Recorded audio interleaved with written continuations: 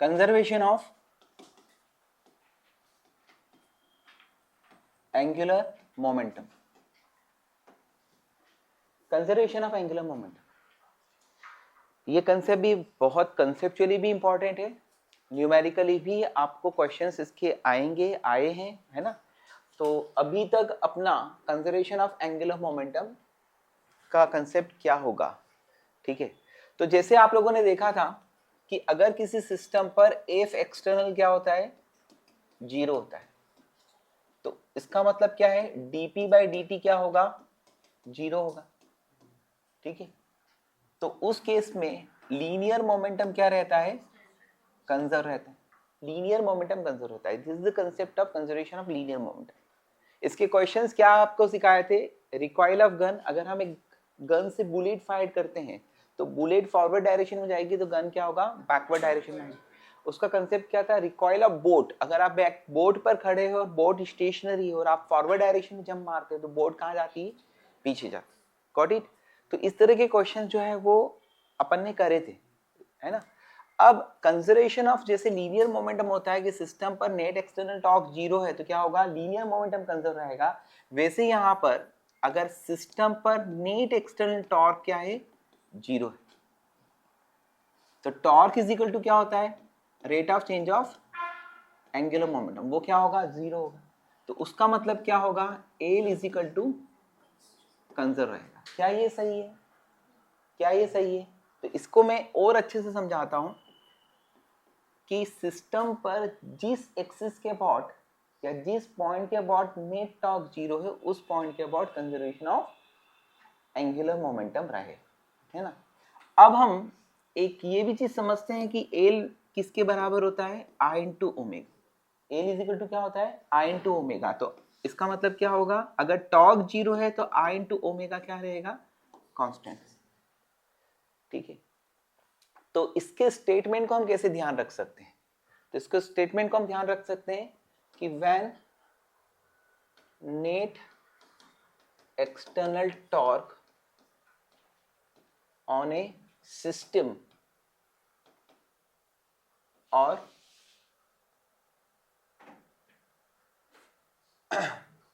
For a given body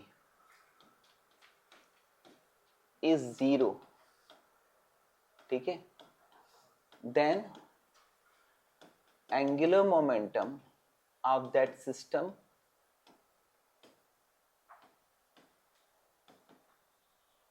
or of that given body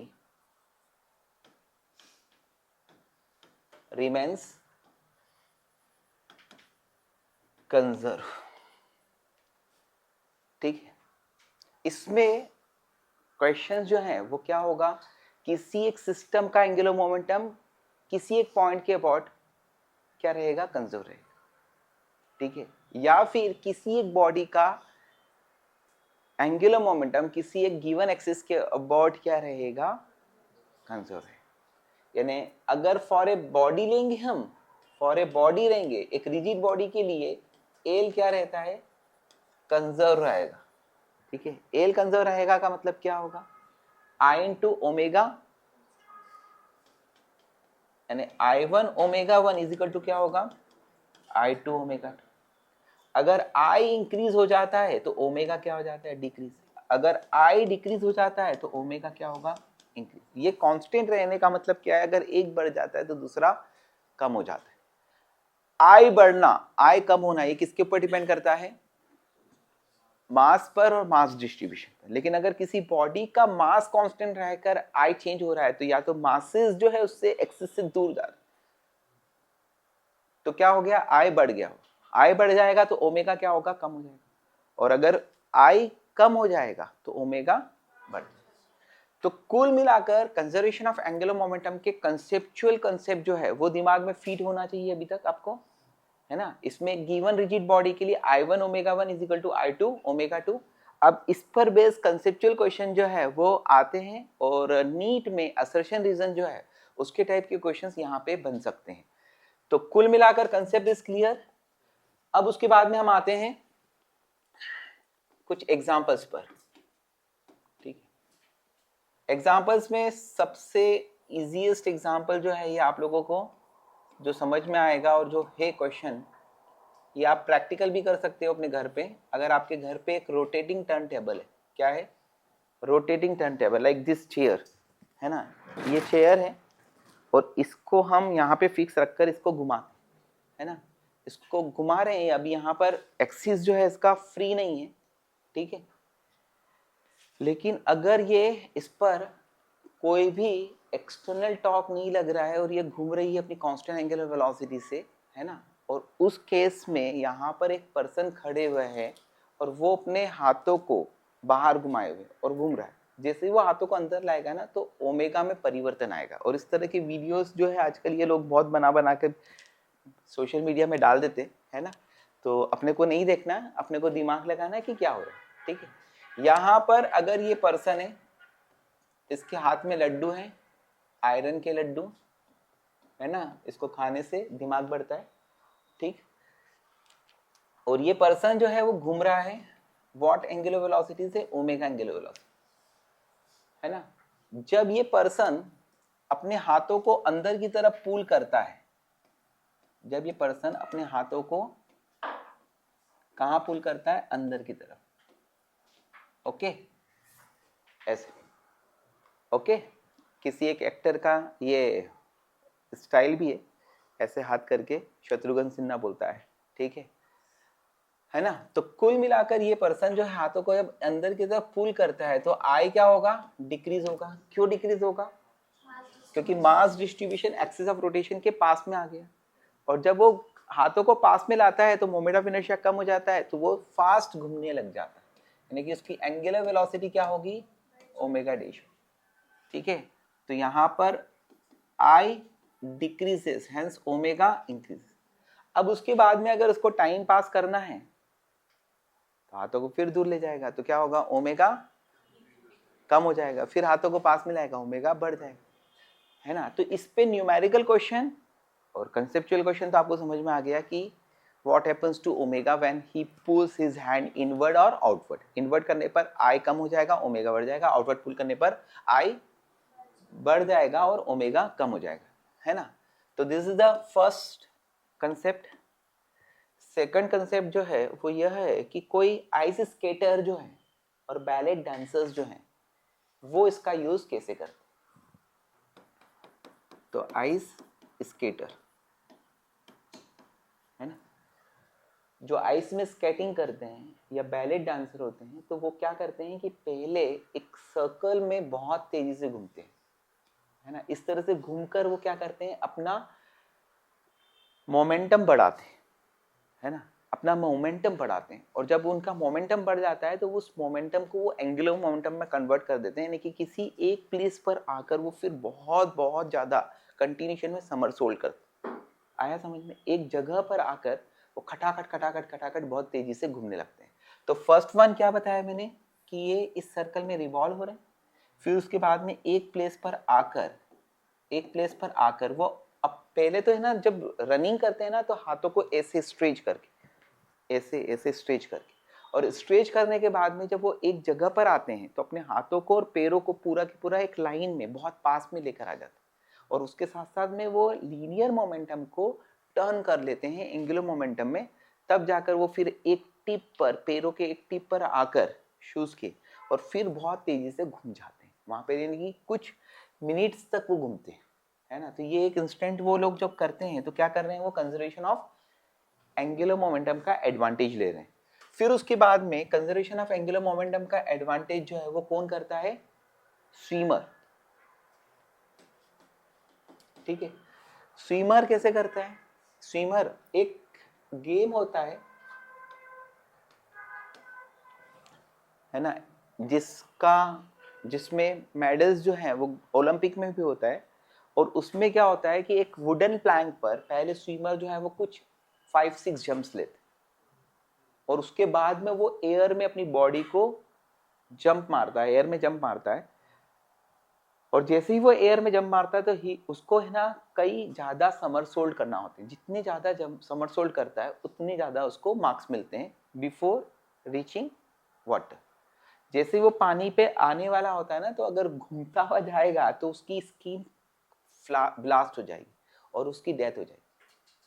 आया समझ में? क्योंकि पानी जो है ना, वो जैसे ही प्रॉपर वे में डाइव नहीं मारी तो पानी बहुत जोर से मारता, और पानी ने जो मारा वो इतना मारता है कि स्किन जो है वो रप्चर हो जाती, ब्लास्ट हो जाती, और ब्लास्ट होने से डेथ भी हो जाती। तो इसलिए कहीं पर भी आप अगर ऐसे जाओ और आपको स्विमिंग नहीं आती है और आपके दोस्त अगर कुछ बोलते भी कि ऐसे कर, तो उस समय मत करें, ठीक है। पहली बात तो पानी उतना गहरा होना चाहिए, नहीं तो मालूम पड़ रहा है कि आप डाइव अंदर मारी और आपका सिर ही नीचे जमीन पे जाकर फट गया।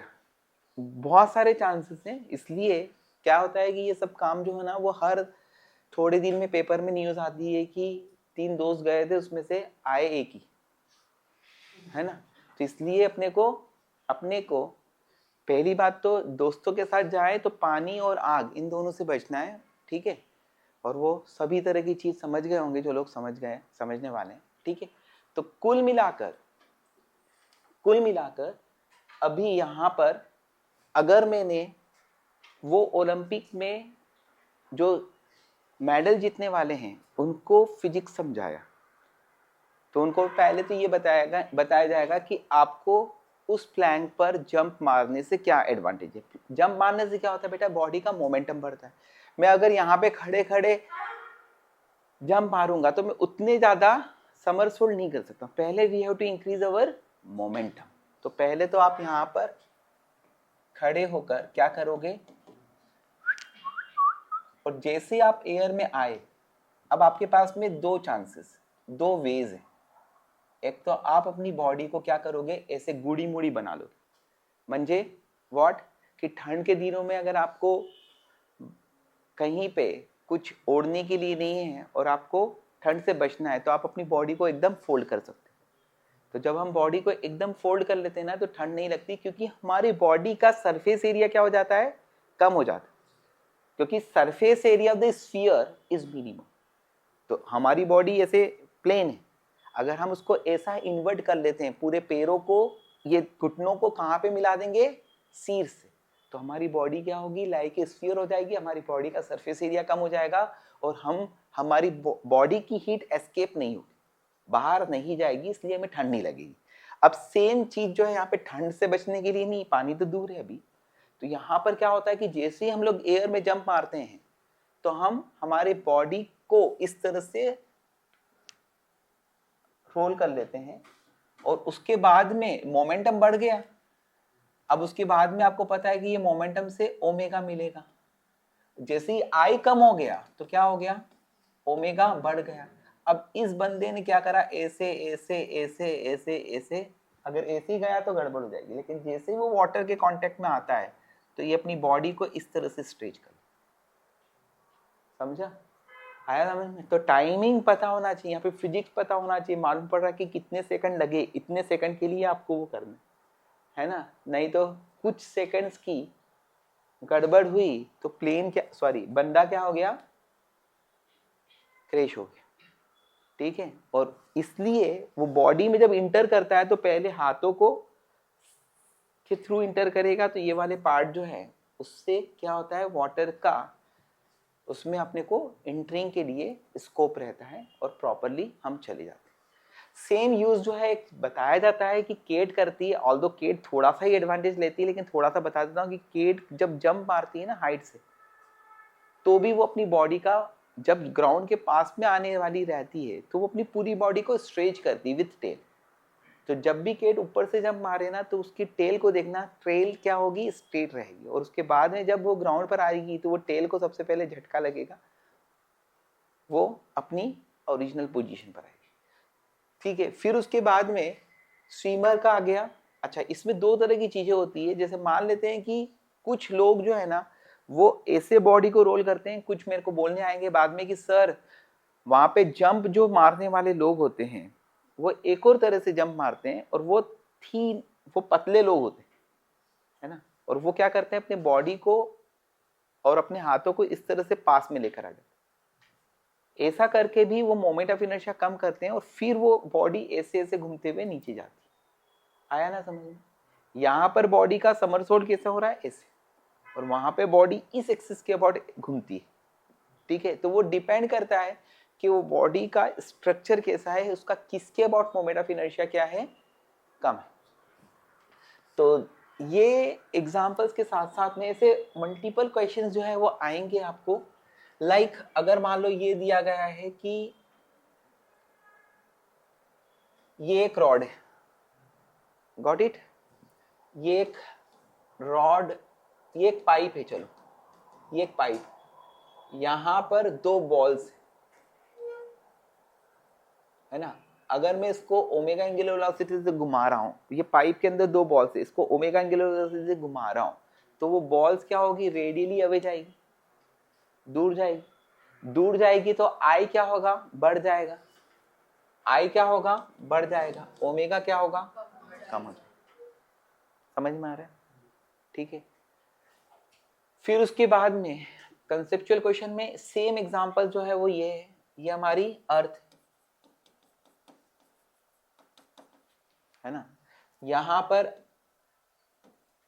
आइस है, तो अगर आइस एट पोल्स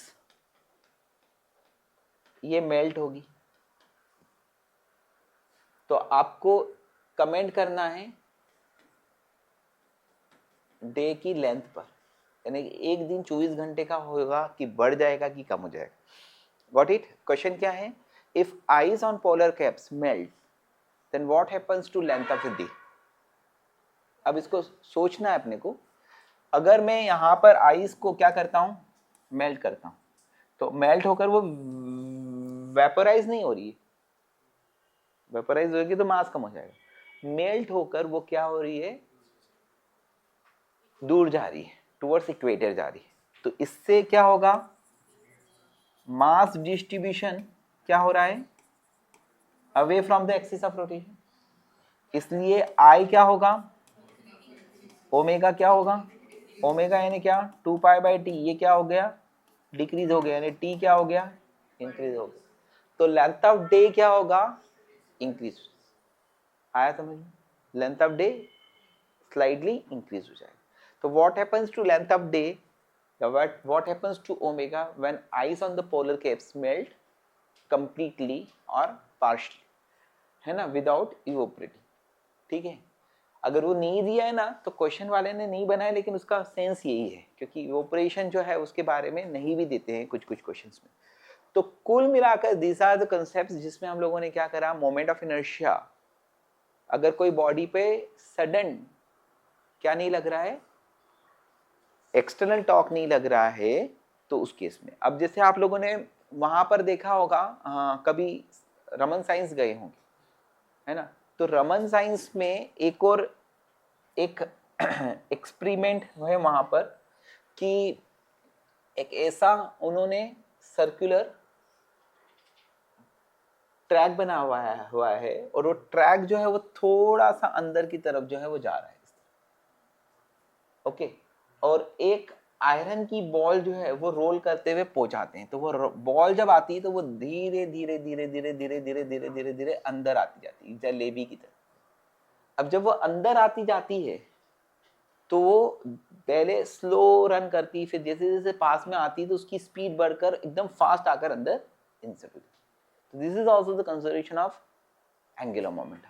ऐसा ही सेम एक और कंसेप्ट है कि अगर मान लो कि एक हॉरिजॉन्टल प्लैंक, वो हॉरिजॉन्टल प्लैंक पर अगर मैंने एक स्ट्रिंग से एक बॉल को अटैच कराया, और ये स्ट्रिंग जो है वो क्या हो रही है, ये स्ट्रिंग टेंशन जो है वो उसको सेंट्रीपिटल फोर्स प्रोवाइड करके वो पार्टिकल किसी हॉरिजॉन्टल प्लैंक पर क्या कर रहा है, घूम रहा है ऐसा।